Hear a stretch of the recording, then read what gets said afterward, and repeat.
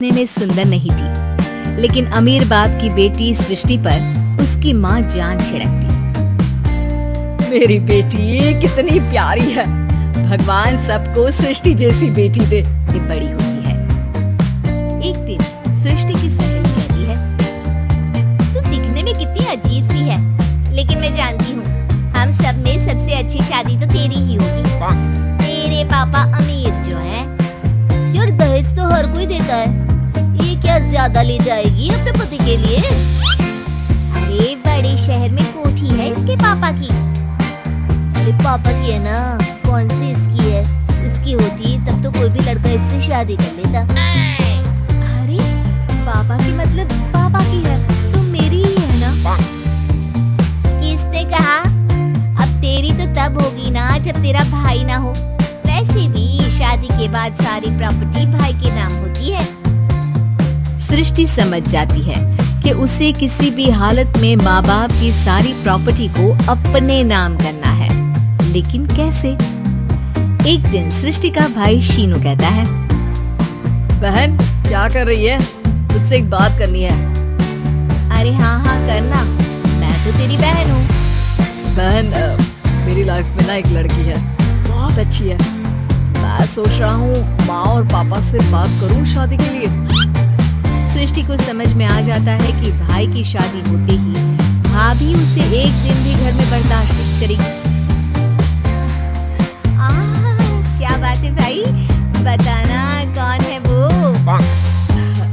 यार वो बहुत अच्छी लड़की है, पढ़ी लिखी है, मेरे साथ जॉब भी करती है। एक प्रॉब्लम है। हाँ प्रॉब्लम? क्या प्रॉब्लम है भाई? यार वो शादीशुदा है, लेकिन उसके पति ने उसे सिर्फ इसलिए छोड़ दिया क्योंकि उसके माँ बाप दहेज नहीं दे पाए। सृष्टि ये सुनकर न जाने क्यों खुश हो जाती है। अरे भाई तो क्या हुआ, लड़की तुझे तो पसंद है ना? शीनू को लगता है कि बहन उसे समझ रही है। वो इस बात से अनजान होता है कि उसकी बहन की मंशा पूरा घर हड़पने की है। सृष्टि अपनी माँ से कहती है, मम्मी मुझे तो बहुत चिंता है, पता है शीनू क्या कर रहा है? अरे क्या कर रहा है? वो तो काम पर जाता है और वापस घर आता है। नहीं ना माँ, वो यही तो नहीं कर रहा, बाकी सब कर रहा है। आपको पता है उससे प्यार है, और वो भी एक शादीशुदा लड़की से। दिखाऊंगी? अरे तेरे पापा तो यही कहेंगे कि मैंने ही उसे बिगाड़ दिया है। माँ देखो मेरी बात मानो, पापा पर भी विश्वास करने की जरूरत नहीं है। अब आप ही बताओ, पापा इतनी देर घर के बाहर रहते हैं क्यों? बोलो। अरे बेटा वो तो नौकरी करते हैं ना। तू बहुत भोली है माँ, पापा का ऑफिस तो 7 बजे खत्म हो जाता है, लेकिन देखो कितनी देर से आते हैं। अरे नहीं बेटा ऐसी कोई बात नहीं है।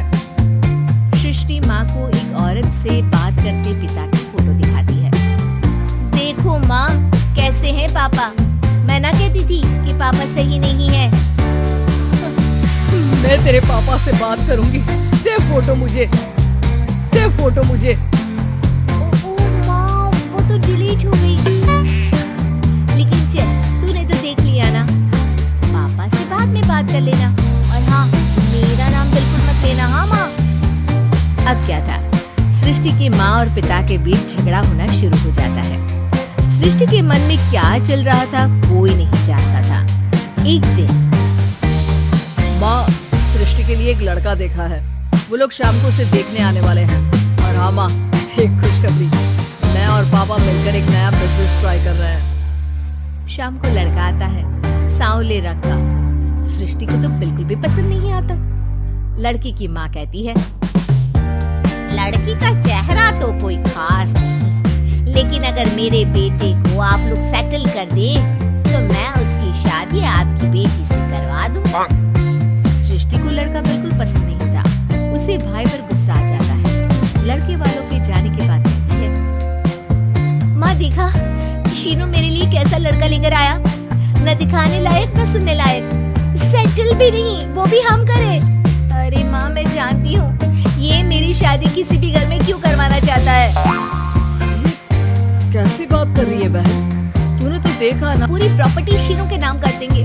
मेरे हाथ तो कुछ लगेगा ही नहीं। तभी सृष्टि को आइडिया आता है। वो किसी वकील को फोन करती है। जी देखिए, अगर आपके मम्मी पापा का तलाक हो जाता है तो आपके पिता की आधी प्रॉपर्टी आपकी माँ के नाम हो जाएगी, फिर उसे वो किसी को भी दे सकती है। सृष्टि अब माँ को बेटे के खिलाफ भरती है। माँ, शीनू पर नजर रखा करो। वो जिस लड़की के प्यार में है ना, वो शादीशुदा है। यहाँ आएगी, सारा पैसा, रुपया, जमीन, जायदाद सब हड़प लेगी। पापा का भी हाल तुमसे छुपा नहीं है। ऐसा ना हो कि मैं और आप एक दिन सड़क पर भीख मांगे। हे भगवान, मैं तो जीते जी मर जाऊंगी अगर ऐसा हो गया तो। ऐसा हो गया नहीं। पापा की आधी प्रॉपर्टी भी हम लोगों को अगर मिल जाती है ना, तो अगले 7 जन्म सफल समझो। बेचारी माँ बेटी के कहने पर पति से तलाक लेकर अलग हो जाती है। सृष्टि अब पैसों से गाड़ी और अपने दूसरे महंगे शौक पूरे करने लगी। उसके दोस्त भी उसके पैसे इस्तेमाल करते हैं। सृष्टि, कल तुम कहाँ थी? मैं सारा दिन घर पर अकेली थी।